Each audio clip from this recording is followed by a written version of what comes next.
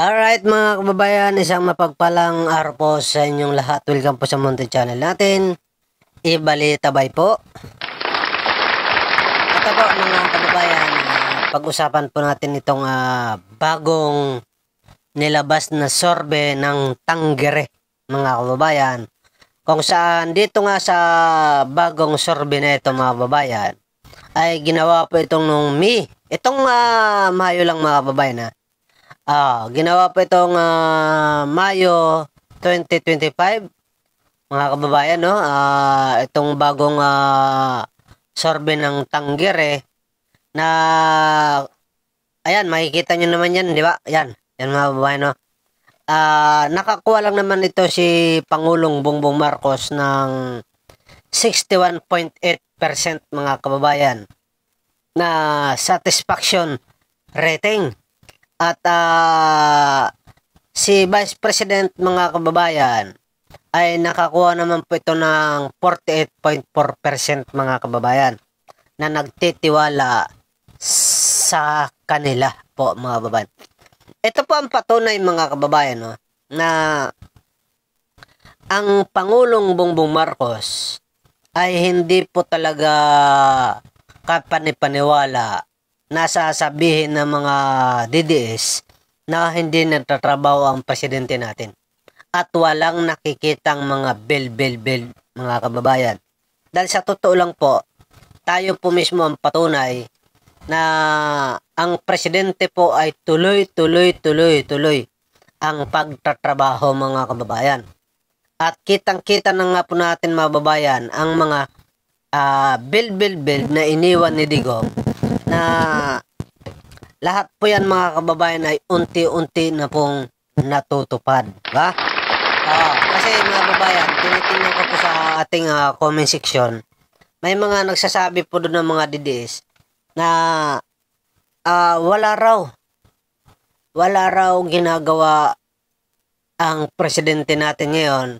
At sinasabi pa nila dito mga kababayan, yung mga bel daw ay hindi nakikita nila. Hindi nyo nakikita kasi mga bulag kayo sa katotohanan. Tama? Hindi nyo nakikita kasi hindi naman talaga pinapakita ng mga DDS vlogger ang accomplishment ng Presidente Bongbong Marcos. Bakit naman nila ipapakita yung mga good news ng presidente? Kasi nga, ang gusto kasi nila ay umalis ang presidente, bumaba sa kanyang tungkulin. Yan ang gusto nila para nga iluklok itong si Vice President Sara Duterte. Kasi siya po ang Vice President natin mga babayan. Tama po? Ngayon mga babayan, kahit puntan nyo po yan sa comment section natin, no? May mga nagsasabi dun, nasaan ba kasi wala namang ginagawa ang presidente ninyo? Panay lang forma, puro lang kwento. Mga kababayan, baka hindi nyo po alam na, baka hindi nyo po nalalaman, latest lang po ito. Sa MRT na yan, kapag 4 kayo na pamilya, isang tao lang ang babayaran ninyo kung sasakay kayo ng MRT. Mga babayan, announce po yan mismo ng ating presidente. PhilHealth, 600,000 dati na iniwan ni Digong yan ay ang gagastusin nyo kung kayo ay magpapadialysis. Ngayon po, aabot na po ito kahit 2 milyon ay sasagutin na po yan ng PhilHealth. Diba? Malaking good news po yan mga babayan sa mga nagdadialysis. Ito pa, mga proyekto na sinasabi ninyo na hindi nyo alam kung nasaan. Kasi mga bulag kayo. LRT Extension Cavite, tinapos po ng ating Presidente Bongbong Marcos. Panguil Bridge, tinapos po ng Presidente Bongbong Marcos. Mga kababayan, SLEX Arena sa Bicol, natapos po. Arena sa Ilocos, natapos po mga kababayan. At saka mga tulay, mga kalsada na hanggang tuloy-tuloy po mga kababayan at natapos na po yan mga kababayan na cutting ribbon na po mismo yan ng ating Pangulo mga kababayan. At marami pang ibang na mga proyekto na sinasabi ninyo na build pero natapos na po ng Presidente Bongbong Marcos mga kababayan. Ngayon, sinasabi ninyo mga DDS na wala silang nagawa, wala kayong nakikita. Kasi nga po, ganito lang kasimple yan. Hindi kasi kayo nanonood ng mga good news. Pumunta kayo sa TV station ng Malacanang. Katulad ng PTV4. Katulad ng RTBM, Malacanang, yung mga basta mga TV ng Malacanang kung saan doon pinapalabas ang mga ginagawa ng presidente para matuto kayo. Kasi kung aasahan nyo lang itong mga DDS vlogger, hindi nyo makikita yan. Bagkos, makikita nyo lang yan ang presidente sa kanilang mga channel katulad ng SM9 na yan. Makikita nyo lang ang presidente dyan kung ikasasama niya. Makikita nyo lang ang presidente dyan kung siya po ay nababatikos. Doon lang po nila ipapakita mga kababayan. Pero yung good news, katulad ng mga pagtatapos ng mga proyekto na yan na iniwan ni Digong, hindi nyo yan makikita dyan. Kaya naturalmente, hindi nyo talaga malalaman ang mga ginagawa ng presidente. Kaya kayo, nagmumukhang mga ingot tuloy. Kasi lumalabas na wala kayong mga alam talaga. Diba? Tama? Kasi ito na lang ang isipin ninyo. Kung talagang ang ating presidente mahina, bakit yan? Yung survey na yan. Galing sa Tanggir yan Ayan, nakikita nyo naman. Bakit yung survey na yan? Tingnan nyo yung survey na yan. Ilan % ba ang naniniwala dyan kay President Bongbong Marcos? 61.8%. Tama? Tingnan nyo yung kay Sara. 48.4%.